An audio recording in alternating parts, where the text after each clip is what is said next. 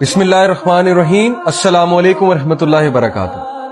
پچھلے دنوں میں یوتھ کو سیرہ کلاس دے رہا تھا تو کلاس میں اچانک ایک ڈسکشن شروع ہوئی اور وہ یوتھ نے انیشیٹ کی۔ ڈسکشن اس بات پر تھی کہ آج کے دور میں اسلام پر اس طرح سے عمل کرنا جس طرح سے ہمارے نبی صلی اللہ علیہ وسلم نے بتایا وہ بہت مشکل ہے یوتھ کے لیے۔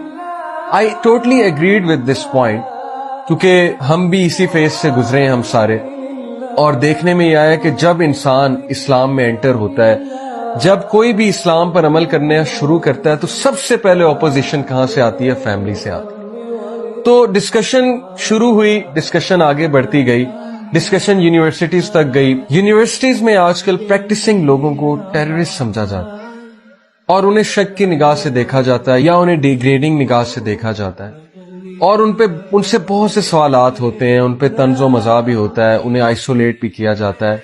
یہ ساری چیزیں ڈسکس ہوئیں اور ڈسکشن پھر یہاں پر بھی گئی کہ فیملی کی طرف سے بھی اپوزیشن آتی ہے، اسپیشلی جو سسٹرز ہیں، جب وہ ظاہر ہے پردہ کرنا شروع کرتی ہیں، ایک ایسی لائف گزارنا شروع کرتی ہیں جو لائف کبھی نہیں ان کے گھر والوں نے دیکھی تھی، نہ اس کو اتنا انڈورس کیا تھا کبھی، تو کچھ انسیکیورٹیز بلڈ اپ ہو جاتی ہیں گھر والوں کے مائنڈ میں۔ تو یہ جو ریمائنڈر میں آج دینے لگا ہوں انشاءاللہ، یہ ان نوجوانوں سے ہے، اس یوتھ سے ہے جو دین پر چلنے کی کوشش کر رہے ہیں اور سوسائٹی کی طرف سے، فیملی کی طرف سے بہت سی اپوزیشن ان کو آ رہی۔ دیکھیے، سب سے پہلے میں آپ سب کو قرآن کی ایک آیت سنانا چاہوں گا۔ This is from سورہ فصلت chapter 41 verse number 30. Let me recite it for you. اعوذ باللہ من الشیطان الرجیم، بسم اللہ الرحمن الرحیم۔ ان الذین قالوا ربنا اللہ ثم استقاموا تتنزل علیہم الملائکۃ الا تخافوا ولا تحزنوا۔ صدق اللہ العظیم۔ اللہ تعالیٰ کہتے ہیں کہ وہ لوگ جو ایمان لے کر آئے، جنہوں نے ریکگنائز کیا اللہ سبحانہ وتعالیٰ کو، جنہوں نے ٹروتھ کو ریکگنائز کیا، اور ٹروتھ کو ریکگنائز کرنے کے بارے میں آتا ہے، صحیح بخاری کی حدیث ہے، رسول اللہ صلی اللہ علیہ وسلم نے فرمایا کہ جب اللہ سبحانہ وتعالیٰ کسی کا بھلا چاہتے ہیں تو اللہ تعالیٰ اسے دین کا علم دیتے۔ تو پہلی خوشخبری آپ سب کے لیے یہ ہے کہ اللہ تعالیٰ نے آپ کو چن لیا ہے، اللہ تعالیٰ نے آپ کو دین کی سمجھ دے دی ہے، اور اللہ سبحانہ وتعالیٰ نے آپ پر بہت بڑا احسان کیا ہے کہ اللہ تعالیٰ نے آپ کو دوسروں سے زیادہ فضیلت دی، اللہ تعالیٰ نے آپ کو دین کی سمجھ دی، اللہ نے آپ کو ان لوگوں کے ساتھ کنیکٹ کیا جن کے تھرو آپ دین کی طرف آئے۔ تو یہ اللہ کا بہت بڑا احسان ہے، اس احسان کا ہمیشہ شکر ادا کرتے رہیے، پہلی بات۔ دوسری بات، اللہ کہتے ہیں کہ جو لوگ ایمان لے کر آئے اور اس پر استقامت دکھائی۔ What is meant by استقامہ؟ دیکھیے، استقامہ کا مطلب ہے steadfastness، وہ اس پر جمے رہے، ہلے نہیں۔ شروع میں مشکلات آئیں گی، بالکل آئیں گی، بہت سی مشکلات ہمارے نبی صلی اللہ علیہ وسلم پر آئیں، بہت سے لوگوں پر آئیں، لیکن نبی صلی اللہ علیہ وسلم نے استقامت دکھائی۔ ان کی استقامت کا کیا کہنا کہ ان کے چچا انہیں کہتے ہیں کہ اے میرے بھتیجے، کیا تم اس مشن سے بیک نہیں ہوگے؟ تو انہوں نے کہا کہ even if they place the sun on my right hand and the moon on my left hand, I will not give up my mission, even though if I am destroyed in it or I fulfill my mission. یہ تھی استقامہ رسول اللہ صلی اللہ علیہ وسلم کی، یہ تھا ان کا فوکس۔ اور پھر دیکھیے اینڈ میں کامیابی کس کو ملی؟ سیرہ ہمیں یہی تو سکھاتی ہے کہ شروع میں بالکل تمہیں آئسولیٹ کریں گے لوگ، بالکل تمہارے اپنے تمہیں بوائیکاٹ کریں گے، بالکل تمہارے اپنے تمہیں اپوز کریں گے، کیونکہ تم سٹرینجر ہو، تم ایک ایسے راستے پر چل پڑے ہو جو کہ راستہ انبیاء کا تھا، جو کہ راستہ ان لوگ کا تھا جنہیں واقعی سوسائٹی نے ایکسیپٹ نہیں کیا۔ اس لیے ریڈی رہو ان مشکلات کے لیے، اور سب سے پہلے مشکلات فیملی کی طرف سے ہیں۔